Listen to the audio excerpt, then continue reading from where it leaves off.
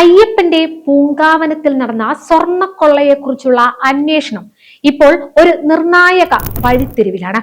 ലോകമെമ്പാടുമുള്ള കോടിക്കണക്കിന് അയ്യപ്പ ഭക്തർ പവിത്രമായി കാണുന്ന ശബരിമലയിലെ സ്വത്ത് കൊള്ളയടിച്ചവരെ കണ്ടെത്താൻ ഹൈക്കോടതി നേരിട്ട് ഇടപെട്ട ഒരു പ്രത്യേക അന്വേഷണ സംഘത്തെ രൂപീകരിച്ചു. നീതി ലഭിക്കുമെന്ന പ്രതീക്ഷയിൽ വിശ്വാസികൾ ഇരിക്കുമ്പോഴാണ് പല ഞെട്ടിക്കുന്ന വിവരങ്ങളും ഇപ്പോൾ പുറത്തു വരുന്നത്. ശബരിമലയിൽ നിന്ന് കൊള്ളയടിച്ച സ്വർണത്തെക്കുറിച്ചുള്ള ഞെട്ടിക്കുന്ന വെളിപ്പെടുത്തലുകളാണ് ഇപ്പോൾ പുറത്തു വന്നിരിക്കുന്നത്. ഈ വിവരങ്ങൾ വിരൽ ചൂണ്ടുന്നത് ശബരിമലയിൽ കൊള്ള നടത്തിയ കൊള്ള സംഘത്തിന്റെ കൃത്യമായ ആസൂത്രണത്തെക്കുറിച്ചുള്ള വിവരങ്ങൾ തന്നെയാണ്.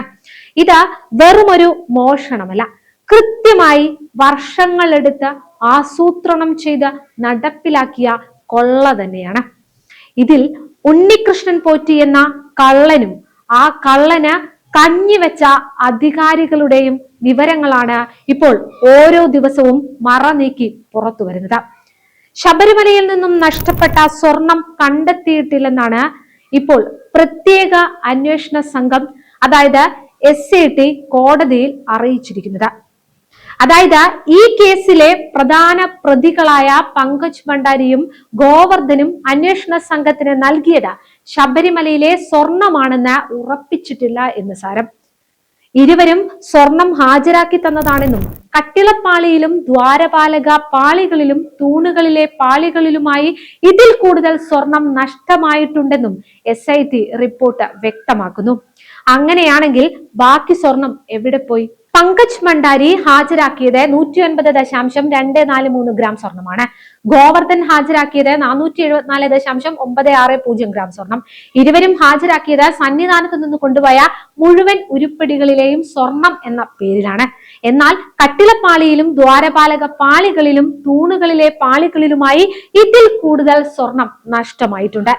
അന്വേഷണം നടക്കുന്നത് നഷ്ടമായ ഈ സ്വർണം കൂടി കണ്ടെത്താനാണെന്നും SIT കോടതിയിൽ നൽകിയ കസ്റ്റഡി അപേക്ഷയിൽ വ്യക്തമാക്കിയിരുന്നു. കട്ടിളപ്പാളി 7 പാളികൾ എന്നാണ് SIT കോടതിയിൽ പറഞ്ഞത്. അതായത് കട്ടിളയിൽ പതിപ്പിച്ചിരുന്ന 7 പാളികളാണ് ഇളക്കിയെടുത്തത്.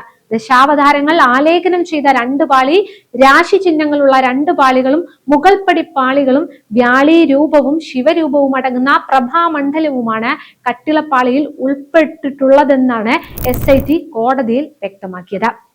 അതേസമയം ഈ കേസിന്റെ അന്വേഷണവുമായി ബന്ധപ്പെട്ട് പ്രതിപക്ഷ നേതാവ് VD സതീശൻ ഉന്നയിച്ച ചില ആരോപണങ്ങൾ കൂടി നാം പരിശോധിക്കേണ്ടതായിട്ടുണ്ട്. ഹൈക്കോടതി ഒരു പ്രത്യേക അന്വേഷണ സംഘത്തെ നിയോഗിക്കുമ്പോൾ ജനങ്ങൾ പ്രതീക്ഷിച്ചത് രാഷ്ട്രീയത്തിന് അതീതമായ നിഷ്പക്ഷവും സുതാര്യവുമായ ഒരു നടപടിയാണ്. എന്നാൽ ശബരിമല സ്വർണക്കൊള്ള കേസിൽ സംഭവിച്ചത് നേർ വിപരീതമാണ്. SITയിൽ ഉൾപ്പെടുത്താനായി ഹൈക്കോടതിക്ക് മുന്നിൽ സർക്കാർ സമർപ്പിച്ച പേരുകളിൽ 2 പോലീസുകാർ CPM ഫ്രാക്ഷനിൽ പെട്ടവരാണെന്ന ഗൗരവകരമായ ആരോപണമാണ് പ്രതിപക്ഷ നേതാവ് VD സതീശൻ ഉന്നയിക്കുന്നത്. ശബരിമല സ്വർണക്കൊള്ള കേസിലെ അന്വേഷണം വഴി തിരിച്ചുവിടേണ്ടത് CPMന്റെ നിലനിൽപ്പിന്റെ ആവശ്യമാണ്. കാരണം ഈ അഴിമതിയുടെയും കൊള്ളയുടെയും വേരുകൾ ചെന്നെത്തുന്നത് ഭരണപക്ഷത്തെ പ്രമുഖരിലേക്കാണെന്ന സൂചനകൾ ശക്തമാണ്. അന്വേഷണം ശരിയായ ദിശയിൽ നീങ്ങിയ പല ഉന്നതരുടെയും മുഖംമൂടികൾ അഴിഞ്ഞു വീണു. കേരളത്തിലെ സാധാരണക്കാരൻ നീതിക്കായി അവസാനമായി ആശ്രയിക്കുന്നത് കോടതിയെയാണ്. എന്നാൽ കോടതിയുടെ വിധിന്യായങ്ങളെ പോലും തങ്ങളുടെ രാഷ്ട്രീയ താല്പര്യങ്ങൾക്കായി വളച്ചൊടിക്കാൻ പോലീസിലെ ഒരു വിഭാഗം ശ്രമിക്കുന്നുവെന്ന പ്രതിപക്ഷ ആരോപണം അതീവ ഗൗരവകരമാണ്. ഹൈക്കോടതി നിർദ്ദേശിച്ച അന്വേഷണ സംഘത്തിൽ രാഷ്ട്രീയ വിധേയത്വമുള്ളവരെ തിരികെ കയറ്റിയത് വഴി കോടതിയെ തെറ്റിദ്ധരിപ്പിക്കുകയാണ് സർക്കാർ ചെയ്തതെന്നും ആരോപണമുണ്ട്.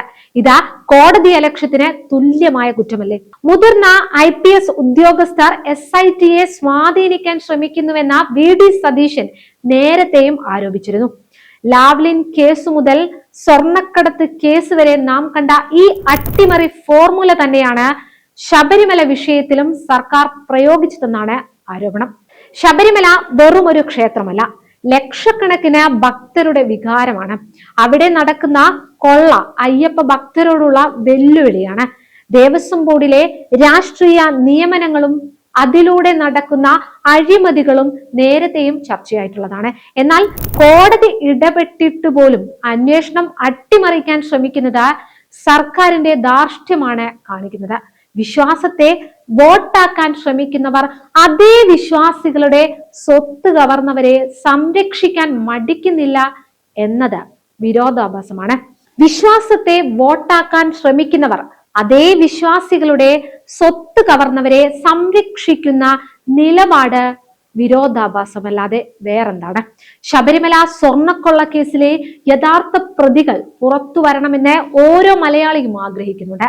വിശ്വാസത്തെ വിറ്റ് കാശാക്കുന്നവർ എത്ര ഉന്നതരായാലും അവർ നിയമത്തിന് മുന്നിൽ വരണം. അതിന് തടസ്സമായി നിൽക്കുന്ന പോലീസിലെ ഈ CPM ഫ്രാക്ഷനെ പുറത്താക്കിയേ തീരൂ. പോലീസിലെ ക്രിമിനലുകളെയും പാർട്ടി വിധേയരെയും മാറ്റി നിർത്തിക്കൊണ്ട് മാത്രമേ നീതിപൂർവമായ അന്വേഷണം സാധ്യമാകൂവെന്നാണ് VD സതീശൻ ആവശ്യപ്പെടുന്നത്. അതുപോലെ തന്നെ ബഹുമാനപ്പെട്ട കോടതി ഇക്കാര്യത്തിൽ അടിയന്തര പരിശോധന നടത്തണം. അന്വേഷണ സംഘത്തെ മാറ്റിയോ അല്ലെങ്കിൽ കോടതിയുടെ നേരിട്ടുള്ള നിരീക്ഷണത്തിലോ അന്വേഷണം മുന്നോട്ട് കൊണ്ടുപോകണം. CPMന്റെ പാർട്ടി കോടതികളിലല്ല, രാജ്യത്തെ നിയമവ്യവസ്ഥയിലാണ് കേരളത്തിലെ ജനങ്ങൾക്ക് വിശ്വാസമെന്ന് സർക്കാർ ഇനിയെങ്കിലും തിരിച്ചറിയണം. അല്ലെങ്കിൽ ഈ കൊള്ളയും CPMന്റെ പതിവ് അഴിമതി കഥകളെ പോലെ വിസ്മൃതിയിൽ ആണ്ടുപോയേക്കും. അതേസമയം അന്വേഷണം അട്ടിമറിക്കാൻ അനുവദിക്കില്ലെന്ന പ്രതിപക്ഷ നേതാവിന്റെ ഉറച്ച വാക്കുകൾ ഓരോ നീതി വിശ്വാസിക്കും നൽകുന്ന കരുത്ത് ചെറുതല്ല. സത്യം പുറത്തു വരുന്നത് വരെ, അവസാനത്തെ സ്വർണ്ണത്തരിയെങ്കിലും കണ്ടെത്തുന്നത് വരെ ഈ പോരാട്ടം തുടരും. കേരളത്തിലെ പൊതുസമൂഹം ഉറ്റുനോക്കുന്നത് ഹൈക്കോടതിയുടെ അടുത്ത നീക്കത്തിലേക്കാണ്. അയ്യപ്പന്റെ മണ്ണിൽ അനീതി കാട്ടിയവർ ശിക്ഷിക്കപ്പെടുമെന്ന ഉറച്ച വിശ്വാസത്തിലാണ് ഭക്തജനലക്ഷങ്ങൾ.